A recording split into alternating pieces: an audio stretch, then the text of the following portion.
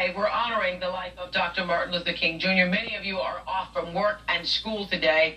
I hope that in honor of the holiday, you'll take a moment at least to remember him and to reflect on where this world would be without him, his life, his work, his dreams, and also hope that you will stop to think about your own life, hopes, and dreams. Throughout the show, we're asking a simple question. If you had one wish to heal racism, what would that be? It is a simple question, and Dr. King's I Have a Dream speech is probably one of the most profound answers to that question. But in this 21st century, when some of the dreams have been realized, what would it take to make that ultimate dream come true? Harmony between the races. Well, our guests today have asked and answered that question in their own lives, and they've stepped outside their own personal boundaries by turning a mirror on themselves and beginning to look deep inside their own beliefs. I hope you'll listen to their stories. Challenge yourself. What do you believe? Well, what is your wish to heal racism, and what can you do to make it better? That's exactly what Erin Gruhl did. Her story is so remarkable, it's going to be made into a major motion picture.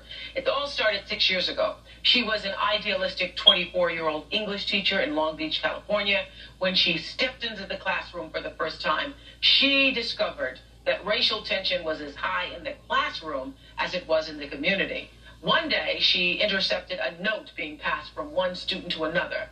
And at that moment, her wish for peaceful resolution turned into a journey that not only changed her students, but the world around them. Listen. When I first started teaching, I had a class that had kind of been what the school called the school's rejects. It had disciplinary transfers, some students were in gangs, some students just didn't like English, didn't like reading.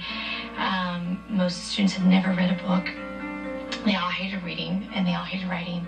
Most of them hated me. All of them hated each other. I walked into the classroom and it was eerie because everyone had sat in their racial group.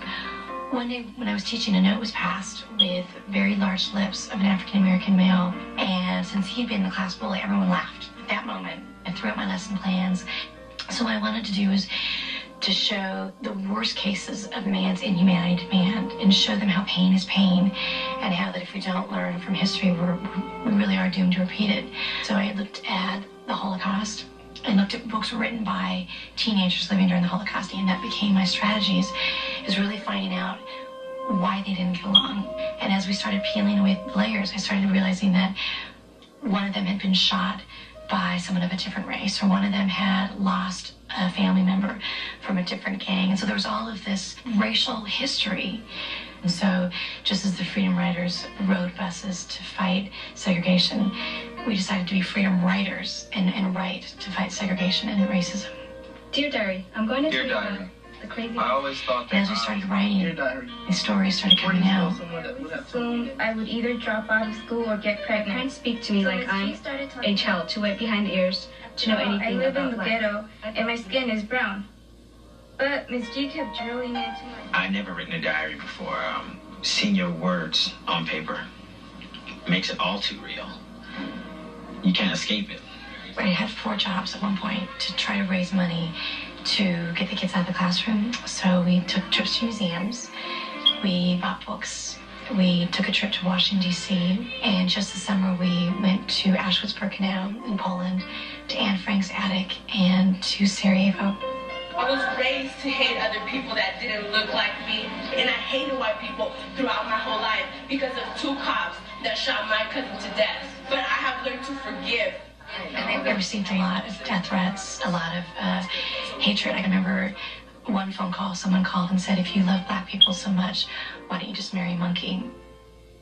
I look at everything differently because before the class, I had a lot of stereotypes and prejudice that I didn't even know I had. I think I'm more brave. I have more courage to do everything that I want to do, and I know that I can make any goal happen. I never felt that that one person can make a difference. And now when I look at my students, I realize I have 150 agents of change. It's just really inspiring to be part of that and to know that I had some small part of that.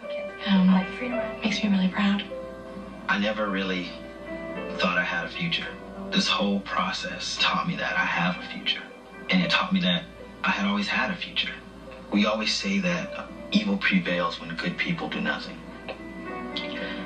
To me, the Freedom Riders embody good people doing something.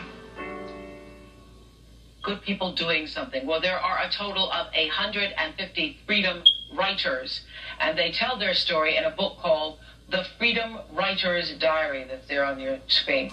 And in it, the students share their actual diary entries that they each wrote anonymously during the experience. Here's a diary entry. Ms. Gruel stood on the desk and began to talk about change. I thought, what is this lady trying to do? I guess I was offered an opportunity that not many people have. I thank God that he sent an angel to give me that chance to change.